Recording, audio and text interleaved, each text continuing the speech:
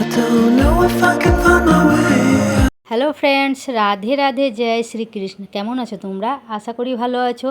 তোমাদের ভালোবাসায়, আশীর্বাদে আর আমার গোপাল সোনার কৃপায় আমরা সবাই ভালো আর সুস্থ আছি। আজকে সকাল সকাল ভিডিওটা আরম্ভ করে দিয়েছি। এখন বাজে 6:30। ঘুম থেকে উঠেই প্রথমে আমি বিছানাটা গুছাই, আর এটা প্রত্যেক দিনেরই কাজ আছে। আমরা ঘুম থেকে উঠে প্রথমে বিছানাটা গুছাই, গুছানোর পরেই ঝাড়ঝাঁটা দিই। তো দেখো, বিছানাটা গুছিয়ে আমি ঝাড় দিয়ে দিচ্ছি। আর কর্নারগুলোতে একটু ভালো করে ঝাড় দিতে হচ্ছে, কারণ কর্নারগুলোতে যেন নোংরা জমে থাকে, তার জন্য একটু ভালো করে সুন্দরভাবে ঝাড় দিয়ে দিলাম। আর ঝাড় দেওয়ার পরেই আমি এখন ঘরটা মুছে নেবো ভালো করে চারিদিকে।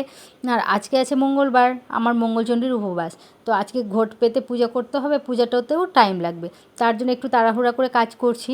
আর আমার মেয়ে যাবে এখন কম্পিউটার ক্লাস, তার জন্য একটু আরও দেরি হয়ে যাবে, তাড়াতাড়ি কাজ করছি। আর আমার ছোটো মেয়ে এখনই টিউশন থেকে চলে আসলো। এবার আমি পুরো ঘরটা মুছে নেব। আর তোমার দাদা ভাই বাইরের দিকেও ঝাড় দিয়ে ভালো করে ধুয়ে দিয়েছে চারিদিকে।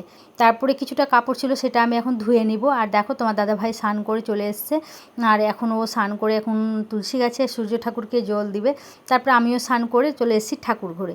আর এখন ঘট পাতবো, সুন্দর করে একটু সাজিয়ে গুছিয়ে পূজা করার চেষ্টা করছি। তো চলো, ব্লগটা দেখতে থাকো, আশা করি তোমাদের ভালো লাগবে।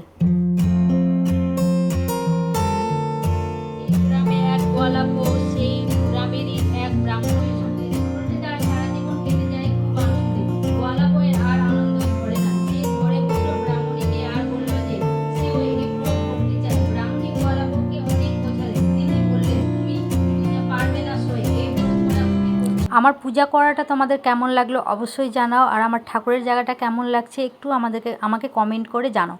আর কোনো ভিডিও শ্যুট করতে পারিনি সারাদিনের কাজের, কারণ আমার পার্লারে কাজ ছিল আর হেয়ার স্ট্রেটনিংয়ের কাজ ছিল, তার জন্য। তো আমি আমার পার্লারে একটু কাজ তোমাদের কাছে শেয়ার করলাম।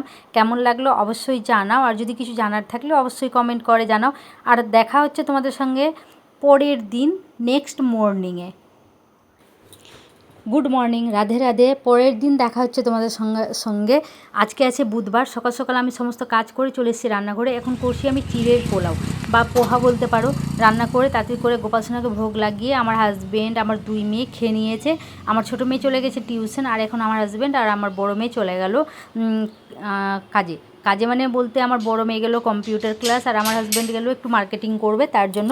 তো দুজনাই একসাথেই বেরিয়ে গেল, আর আমিও ওদেরকে বাইরে রেখে এসে এবার এসে খাবার খাবো। খুব খিদে পেয়ে গেছে। আর এই টাইমটা জানো তো, আমি খুব আনন্দে, খুব শান্তি সময়টা কাটাই।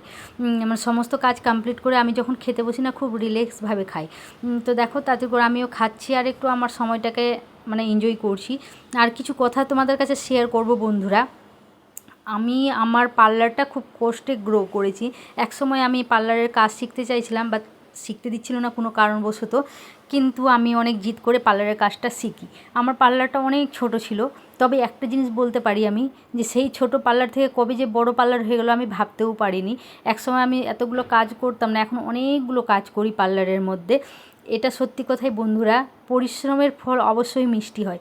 যারা পরিশ্রম করেছে সে একদিন না একদিন ফল পেয়েছে, আর ধৈর্যের ফল মিষ্টি হয়। তো আমি পরিশ্রম করেছি বলে আজকে আমি আমার এত বড় পার্লারটা করতে পেরেছি। আমার খুব ছোট পার্লার থেকে আজকে এত বড় পার্লারটা করতে পেরেছি। তবে হ্যাঁ, খুব বিশাল বড় পার্লার সেটাও বলা যাবে না, তবে যথেষ্ট বড়, আমার জন্য যথেষ্টই বড়। আর আমি আমার কর্ম করে চলেছি, আমি আমার ফলটা অবশ্যই পেয়েছি। আজকে আমার মনে হয় যে হ্যাঁ, আমি আমার কর্মর ফলটা পেয়েছি। যতটুকু পেয়েছি অনেক পেয়েছি। তো অনেকগুলো কথা শেয়ার করলাম বন্ধুরা। আর দেখো, এখন তাতে করে রান্নাঘরে চলে এসেছি, আর এখন করব মুগের ডাল। তো কি রান্না করব সেটাই ভাবতেই সারাক্ষণ চলে যায়।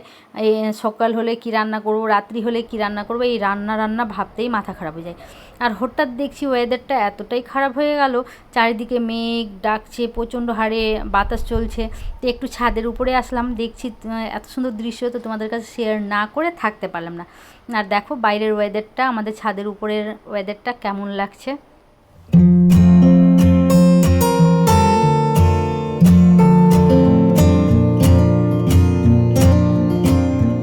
আর এটা দেখছো আমাদের লিচুর গাছ, আমরা ছাদে বসে লিচু ভেঙে ভেঙে খাই বন্ধুরা, জানো তো। তবে আগের মতো আর লিচু আসছে না, অর্ধেকটা গাছ শুকিয়ে গেছে, অর্ধেকটা ঠাল থেকে গেছে, ওতেই থাকছে। তবে বাদরও খুব বিরক্ত করছে। আর আমার ছাদের উপরের পতাকাটা দেখছো, এত সুন্দর বাতাসে দুলছিল, আমার তো দেখে একদম মন ভরে গেছে, মনে হচ্ছে যে সত্যিকারের আমার রাম ঠাকুর চলে এসেছে আমার বাড়িতে, এত সুন্দর লাগছিল। তারপরে দেখো আমার রান্না হয়ে গেছে, এখানে করেছি মুগের ডাল, পেঁপের ঘন্ট, আর করেছি আলু ভাজা মশলা দিয়ে, পটলের ভাজা। আর এখানে করছি মোচা ছিলে রেখেছিলাম, সেই মোচার আমার মেয়েরা বলছে মা একটু মোচাটা ভেজে দাও তো দেখি কেমন লাগে খেতে, সেই বেসন দিয়ে একটু ভেজে দিয়েছিলাম। আর করলাম একটু বেগুনি। আজকের দুপুরে এই মেনু। আর আমার গোপাল সোনাকে এখন ভোগ দিলাম। ভোগ দেওয়ার পরে দেখো আমরাও খাবার খেতে বসে গেছি। দেখা করছি তোমাদের সাথে বিকালে। তো গুড ইভিনিং বন্ধুরা। এখন আমি আমার গোপাল সোনার জন্য কিছু রান্না করব, সেটাই ভাবছিলাম যে কি রান্না করব। তো দেখো এখন করে নিব সামেই। তো আমি একটু ঘি দিয়ে সামেইটাকে ভালো করে ভেজে নিলাম। ভেজে নেওয়ার পরে একটু মাখানা, কাজু, তারপরে সব ভেজে একটু মিক্সচারে গ্রাইন্ডারে বেটে নিলাম। বেটে নিয়ে সামেয়ে দিয়ে দিব। সামেই পায়েসটা এটা দিলে না টেস্টটা দুগুণ বেড়ে যায়।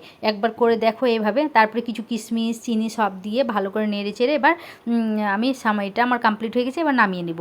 আর ওই যে বললাম মোচা ছিল কিছুটা, তো আমার মেয়েরা খেতে ভালো লেগেছে, তার জন্য আমার মেয়েরা বললো আরেকটু ভেজে দাও মা।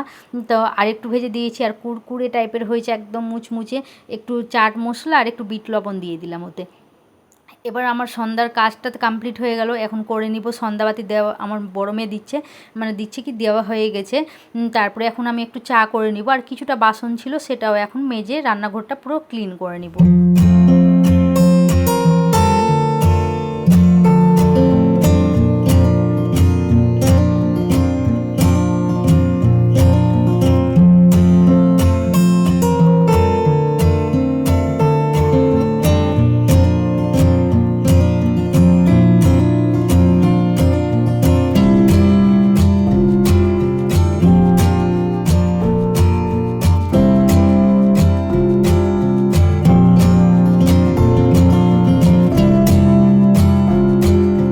এবার একটু চাটাকে এনজয় করি, তোমরাও চলে আসো। আর বলছিলাম আমার ভিডিও যদি তোমাদের ভালো লেগে থাকে প্লিজ লাইক কমেন্ট শেয়ার করতে ভুলো না বন্ধুরা।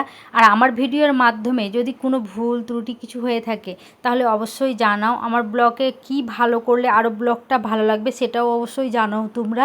যদি কোনো খামতি থাকে ব্লগের মধ্যে সেটা ঠিক করার চেষ্টা করব। আর আমার গোপাসনা দেখো ঘুমিয়ে পড়েছে। তো এটাই বলছিলাম। আর যদি স্কিন কেয়ার, হেয়ার কেয়ারের কোনো টিপস যদি জানতে চাও তো অবশ্যই আমাকে জানাও। কিন্তু আজকের ব্লগে আমি একটু হেয়ারের টিপস কিছু একটা শেয়ার করেছি।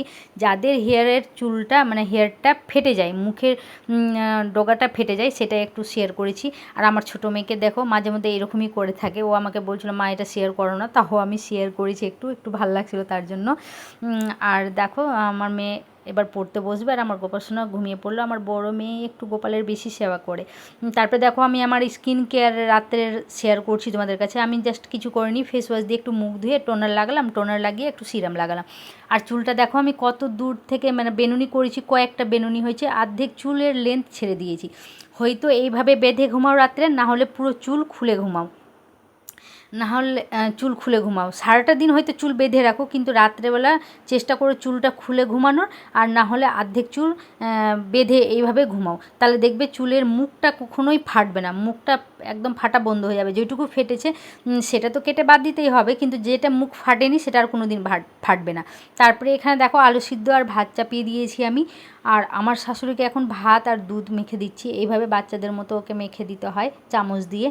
তো ওকে মেখে এখন আমার শাশুড়িকে খাবার দিয়ে দিব। আর আজকে রান্না হয়েছে রাত্রের ভাত, আলু সিদ্ধ, আর দুপুরেরই ছিল একটু ওই আলু ভাজা আর একটু ডাল আছে, সেটা আমার মানে তোমাদের দাদা ভাইয়ের হয়ে যাবে। আর আমরা ঘি দিয়ে আলু সিদ্ধ ভাত খেয়ে নেবো। আলু সিদ্ধটা একটু ভাজা ভাজা করেছি।